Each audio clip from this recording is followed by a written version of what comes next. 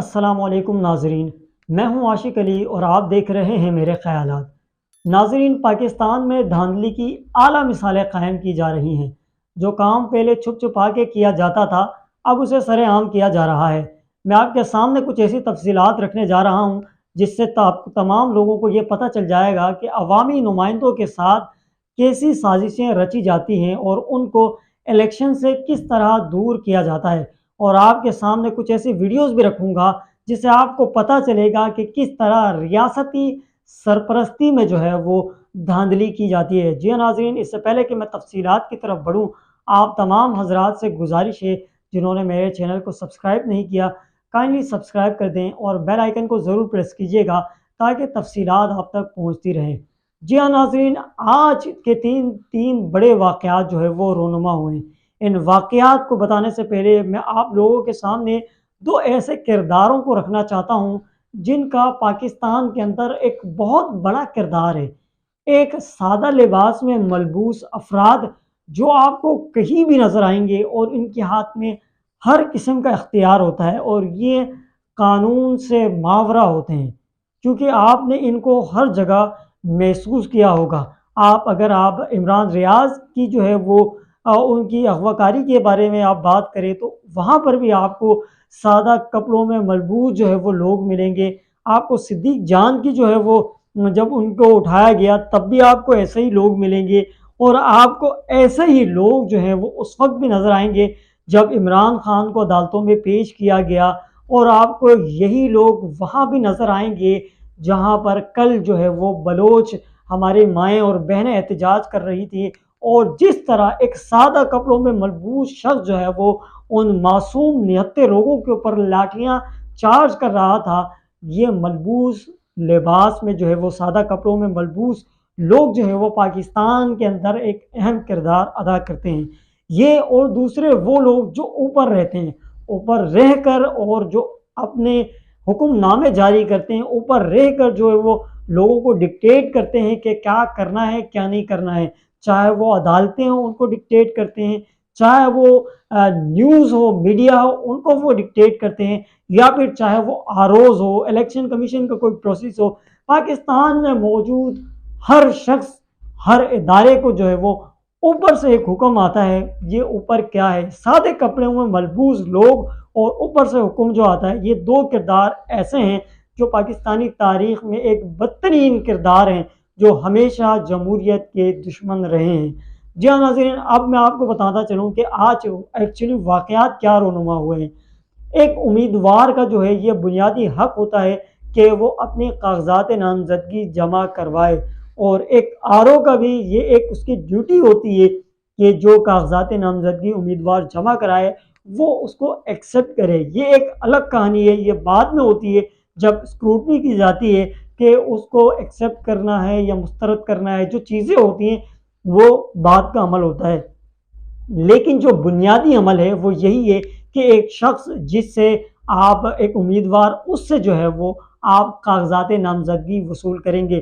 لیکن حلقہ N129 میں حماد اظہر کے وکلا نے جو ہے وہ اپنے ان کے کاغذات نامزدگی جو ہے وہ جمع کرانے کے لیے جب گئے تو وہاں کے جو آرو ہیں غلام مصطفیٰ، انہوں نے جو ہے وہ صاف انکار کر دیا یہ لینے سے، اور کہا کہ جی اوپر سے حکم ہے کہ کاغذات نامزدگی نہیں لینا۔ حالانکہ ان کی سولی جو ڈیوٹی ہے، جو اوور جو بنیادی ڈیوٹی ہے وہ یہی ہے کہ آپ نے وصول کرنا ہے۔ تو یہ جو اوپر بیٹھے لوگ ہیں انہوں نے کہہ دیا ہے کہ جی آپ یہ کاغذات نامزدگی نہیں لی جائیں گے۔ اس کا مطلب ہے آپ دیکھیں کہ آروز بھی جو ہے وہ اوپر سے ان کو ڈکٹیشن مل رہی ہے، یعنی کہ اس میں الیکشن کمیشن کا تو کوئی ہاتھ نہیں ہوگا، یعنی جو اوپر سے ڈکٹیٹ کیے جا رہے ہیں۔ اگر ایک آرو یہ بات کر رہا ہے اٹ مینس کہ وہ آرو جو ہے وہ محفوظ نہیں ہے اور وہ ایک دھاندلی کا جو ہے وہ اعلی کار بنا ہوا ہے۔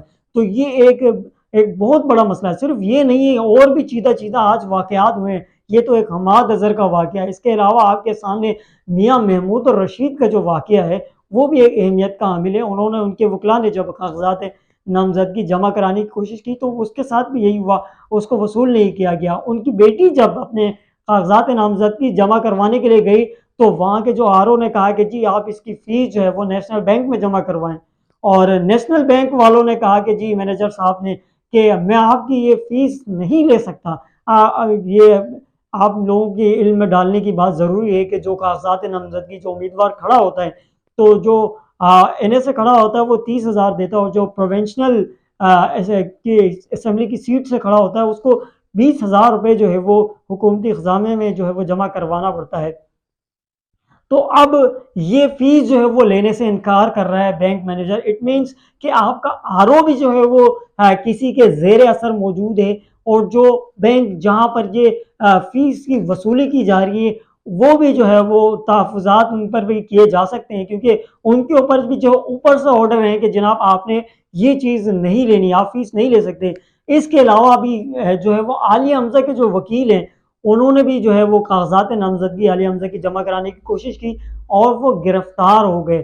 تو اب یہ سچویشن آئی ہوئی ہے کہ امیدواروں کو جو ہے وہ جانے نہیں دیا جا رہا، ان کے آروز جو ہیں وہ، حالانکہ ان کا کام یہی ہے کہ وہ ایکسیپٹ کریں، وہ ایک بیریئر بنے ہوئے ہیں۔ اور سب سے بڑی بات، جو سب سے انتہائی اور امپورٹنٹ بات جو آپ کے سامنے رکھنی ہے، اور ایک بے غیرتی کا جو ہے وہ ایک اعلیٰ مثال آج قائم کی گئی ہے، اور آج مونی سلائی صاحب کی جو ہے والدہ ہیں، وہ جب اپنے کاغذات نامزدگی جو ہے وہ جمع کروانے کے لیے پہنچی ہے تو وہاں پر پولیس تعینات تھی، اور آر او کے پاس جو پہلی بات ہے ان کو پہنچنے نہیں دیا۔ جب وہ ادھر پہنچی تو ایک شخص جو ہے وہ سادہ کپڑوں میں ملبوس شخص جو ہے اس نے جو ہے وہ ان سے کاغذات نامزدگی چھینا، اور وہاں پر پولیس کے جو لوگ ہیں، جو پولیس اہلکار ہیں، وہ صرف تماشائی بنے رہے۔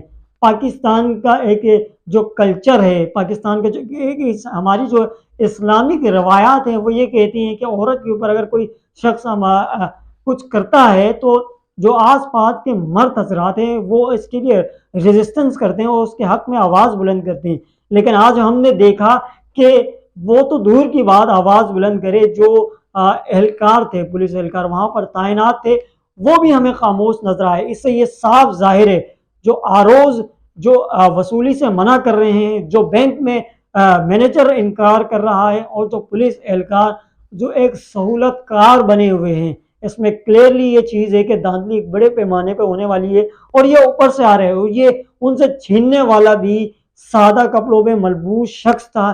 یہ وہی دو لوگ ہیں جو پاکستان کی جمہوریت اور اس کی ساخت کو کمزور کرنے میں سب سے بڑا کردار رکھتے ہیں۔ یہ لوگ جو ہے وہ ان کو وہاں گھسنے کس نے دیا، اور یہ تمام واقعات کس طرح ہوئے۔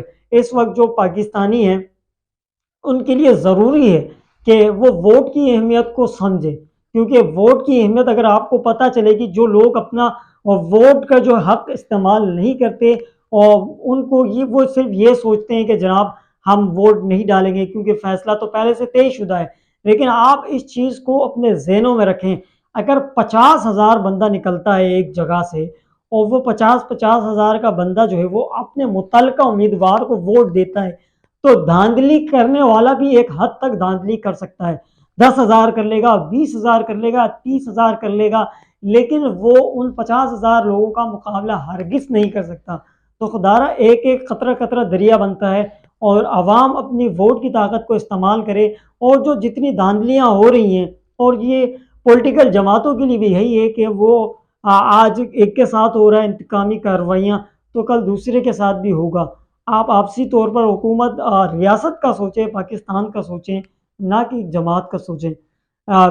جب تک اس طرح کی غیر قانونی کام ہوتے رہیں گے ہم بولتے رہیں گے اور آپ تک انفارمیشن پہنچاتے رہیں گے۔ ملتے ہیں اگلی ویڈیو کے ساتھ، تب تک دیجیے مجھے اجازت۔